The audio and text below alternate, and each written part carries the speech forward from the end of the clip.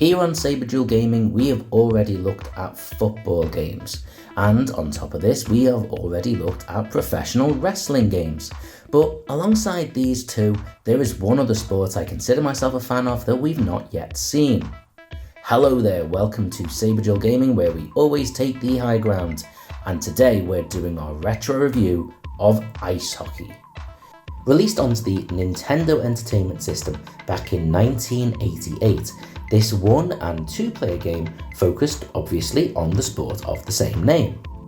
As with most sports games of this time, and especially those that focused on team sports, this game didn't carry any official licensing, such as the NHL, and therefore, rather than focusing on teams such as the Blackhawks or the New York Rangers, this instead focused on international sports. The game provided us with 6 different teams to pick from.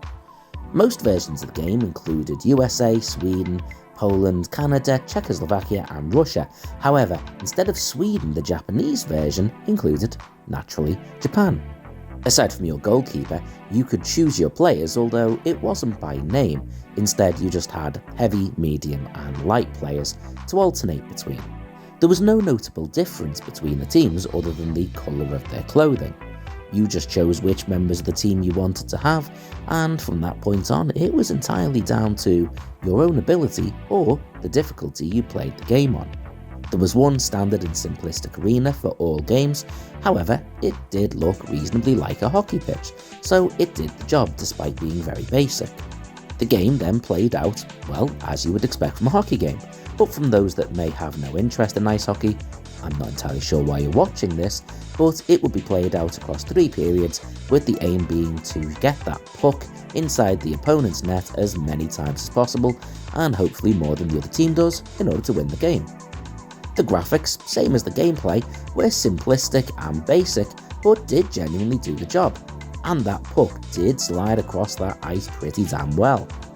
Alongside the standard gameplay, there were moments where 2 people may be ruffling and tackling over that puck for a bit long, and suddenly all hell breaks loose, with a big old scrap taking place and a fun little animation, usually resulting in someone being shoved into the sin bin. This brief scrap was the only escape from the norm, however. The majority of the time, the game played out just as you would expect, a standard game of ice hockey. As mentioned at the start, the game had both 1- and 2-player modes, but they were effectively the same mode. The single-player mode was just a single game of ice hockey. There was no tournament mode, in which you could play against one country after the other to lift a trophy. You either won the game or you lost the game, and that was it. But that said, expectations were probably a lot simpler then, so how was this game received back in 1988? Well, strangely enough, I couldn't actually find any percentage scores. However, anecdotally, I did find how many times it was ranked quite highly. Nintendo Power Magazine put it in their top 200 Nintendo Entertainment System games, ranking it 142. It also just about made it into IGN's top 100 NES games, placing exactly in number 100. In wondering how high this praise actually was, I decided to check how many NES games were released overall. In total, just shy of 1,400 games were released on the Nintendo Entertainment System. However, nearly 700 of these were released exclusively in Japan, and I'm pretty sure most of these magazines would not even count those in their lists. So when looking at games that were released in all countries, this game ranked in the top 100 or 200 of around 500 games. So the praise is somewhat stretching. However, despite this, it still very much garnered very positive comments.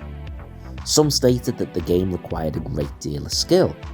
Also, it was talked about how it was hilariously fun to play, and one reviewer even commented it spent almost as much time in his console as Super Mario Bros. 3. But what about now? How does this game stand up to modern scrutiny? Well, if you ask Aaron Thomas of GameSpot, he'd say it's as much fun to play now as it was when it was first released. But if you ask me, I'd have to disagree.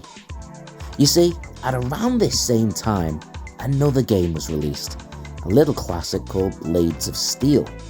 and I played that quite a lot on the Nintendo Entertainment System and found it to be a fantastic game. Playing this, I actually found it to be a far more simplistic and basic version of that, to me, superior game. In fact, I initially thought that perhaps this game was substantially older than Blades of Steel, and yet when I checked, it was released in the same year. In fact, Blades of Steel had been around a little longer. It was just ported onto the NES at the same time. I tried not to let that comparison colour my interest too much, but as much as I could enjoy playing this game, being a fan of ice hockey and such, it was still so very basic. Even the breaking out of a brawl was far more simplistic and less exciting than it was in Blades of Steel. Now that said, I will say that the visuals in this game were perfectly acceptable for a NES game of this time. The sound was absolutely fine too and did a very good job. The number of teams that were included was absolutely fine, and the gameplay itself was quite fun. I can also see how the game really requires you to build up a certain level of skill. Perhaps that's a positive.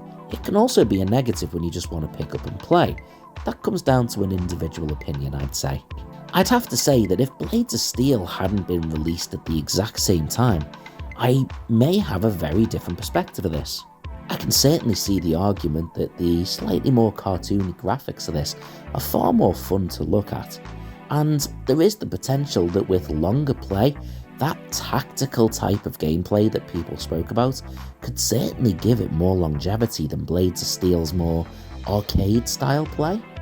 Unfortunately, I just can't break away from the fact that this just doesn't feel especially comfortable to me. Again, it could just be because I'm so used to one type of game that a different one just doesn't work for me. However, I actually can't do anything about that either, so I will acknowledge that probably colours my perspective. Ice hockey is clearly a game that a lot of people enjoyed and still enjoy to this day, but I just can't pretend I did. For me, this game gets around a 5.5 out of 10. I can see why some people might like it, but for me, even as an ice hockey fan, I really can't see myself going back and playing it again. But what do you think? Am I being too harsh on a classic? Is my love of Blades of Steel making me a bit too biased? Comment below and let me know. Until next time, take the high ground.